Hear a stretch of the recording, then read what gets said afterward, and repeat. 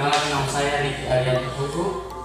Saya dari Universitas Nusa Cendana, Fakultas Hiburan dan Ilmu Pendidikan, Program Studi Pendidikan Geografi semester 3. Saya membuat video ini dengan tujuan untuk memenuhi tugas yang diberikan oleh dosen terkait mata kuliah media dan teknologi pembelajaran. Di video kali ini kita akan membahas tentang bentuk muka bumi. Let's go. Ya, apa itu bentuk muka bumi? Bentuk muka bumi dalam geografi mencakup berbagai jenis bentang alam yang terbentuk melalui proses alami seperti aktivitas tektonik, vulkanik, dan erosi. Berikut ini adalah beberapa bentuk muka bumi yang utama dan bagian masing-masing terbentuk. Yang pertama itu pegunungan. Gunung, dataran tinggi, dataran rendah, lembah, bukit, pantai, pulau, sungai, danau, gua, delta, kawasan kars, dan klaster. Yang pertama kita bahas tentang pegunungan. Pegunungan adalah deretan gunung yang tinggi dan luas terbentuk oleh pergerakan lempeng tektonik. Ketika lempeng bertabrakan, lapisan tanah terdorong ke atas dan membentuk gunung, seperti pegunungan Himalaya yang terbentuk dari tabrakan lempeng India dan lempeng Eurasia.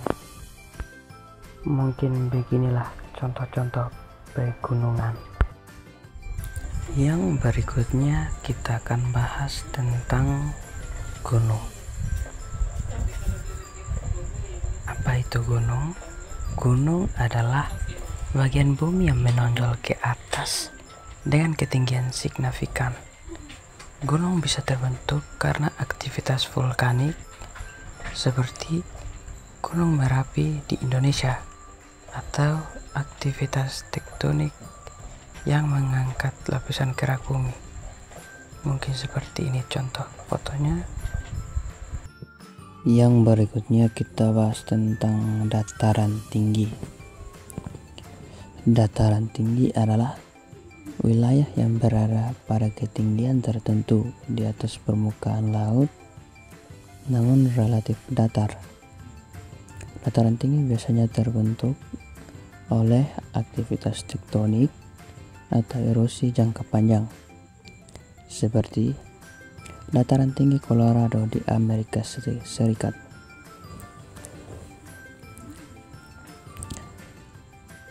Selanjutnya yaitu dataran rendah. Dataran rendah adalah wilayah yang relatif datar dan berada dekat dengan permukaan laut. Dataran rendah umumnya terbentuk dari pengendapan material yang dibawa oleh sungai, misalnya delta Sungai Nil yang ada di Mesir. Mungkin inilah contoh-contohnya.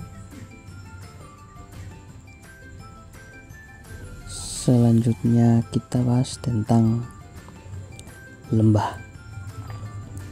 Lembah adalah wilayah daratan yang rendah di antara dua area yang lebih tinggi seperti pegunungan atau bukit, dan biasanya memiliki aliran sungai di tengahnya.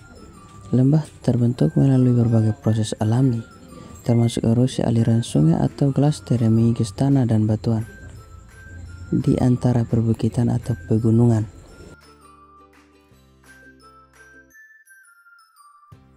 Yang berikut yaitu tentang bukit.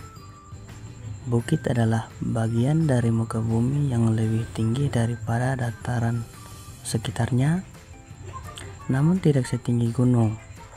Bukit bisa terbentuk melalui proses erosi atau pengangkatan tanah. Bukit memiliki lereng yang lebih landai dibandingkan gunung.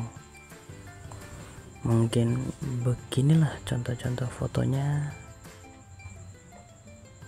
Ya. Selanjutnya kita bahas tentang pantai. Pantai adalah batas antara daratan dan lautan, terbentuk oleh proses pelepukan dan erosi akibat gelombang laut. Bentuk pantai beragam. Bentuk pantai bisa beragam, mulai dari pantai berpasir, pantai berkarang, hingga pantai berlumpur. Mungkin inilah contoh-contohnya, kalau kurang bagus mohon dimaafkan. Selanjutnya tentang pulau. Pulau adalah suatu wilayah daratan dikelilingi oleh air seperti laut, samudra, atau danau. Pulau bisa terbentuk melalui berbagai proses alam seperti aktivitas vulkanik, pengendapan pasir, atau naiknya permukaan laut yang memisahkan daratan.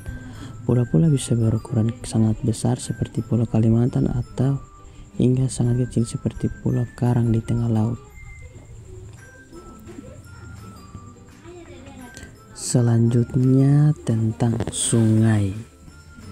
Sungai adalah aliran air alam yang mengalir dari daerah yang lebih tinggi ke daerah yang lebih rendah dan biasanya bermuara di danau, laut, atau samudra. Sungai dibentuk oleh air hujan mata air atau pencarian es dan klaster di pegunungan, dan aliran bisa melewati berbagai jenis wilayah seperti dataran, lembah, atau ngarai.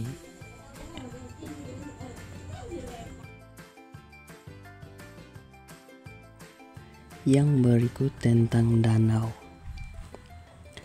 Danau adalah badan air yang terbentuk di cekungan daratan dan dikelilingi oleh tanah di semua sisinya.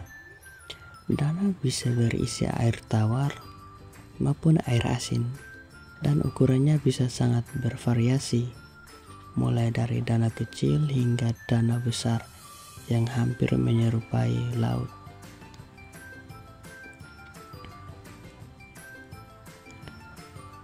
Selanjutnya gua.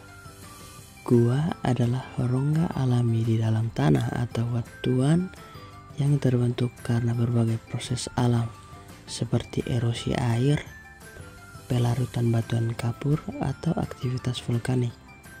Gua bisa berada di dataran atau di bawah permukaan laut dan sering memiliki jalur atau ruang yang panjang, bercabang, atau berliku-liku.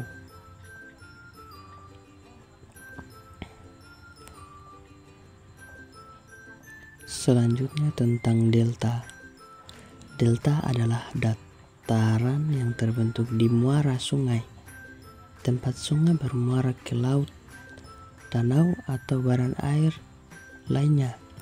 Delta terbentuk ketika aliran sungai yang membawa sedimen melambat saat mendekati badan air yang lebih besar, menyebabkan sedimen mengendap dan membentuk daratan baru yang bercabang-cabang.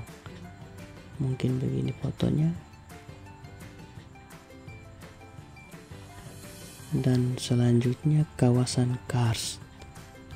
Kawasan karst adalah daerah yang terbentuk dari pelarutan batuan kapur atau kalsium karbonat atau dolimit oleh air yang mengandung karbon dioksida, menghasilkan lanskap yang unik dan ciri khas berupa bukit kapur, gua, lembah tertutup, dan sungai bawah tanah. Proses pelarutan ini menyebabkan terbentuknya rongga-rongga di bawah tanah dan permukaan yang berlekuk-lekuk. Yang berikutnya kita membahas tentang glastur. Glastur atau sering disebut sebagai glasir atau glaster adalah massa besar es yang bergerak secara perlahan di daratan. Glastur terbentuk dari akumulasi salju yang memadat menjadi es selama bertahun-tahun di daerah bersuhu rendah seperti pegunungan tinggi atau kutub. Karena beratnya, glastur akan mengalir atau bergerak menuruni lereng, membentuk lembah, danau, bahkan dapat mengubah bentuk muka bumi sekitarnya melalui proses erosi.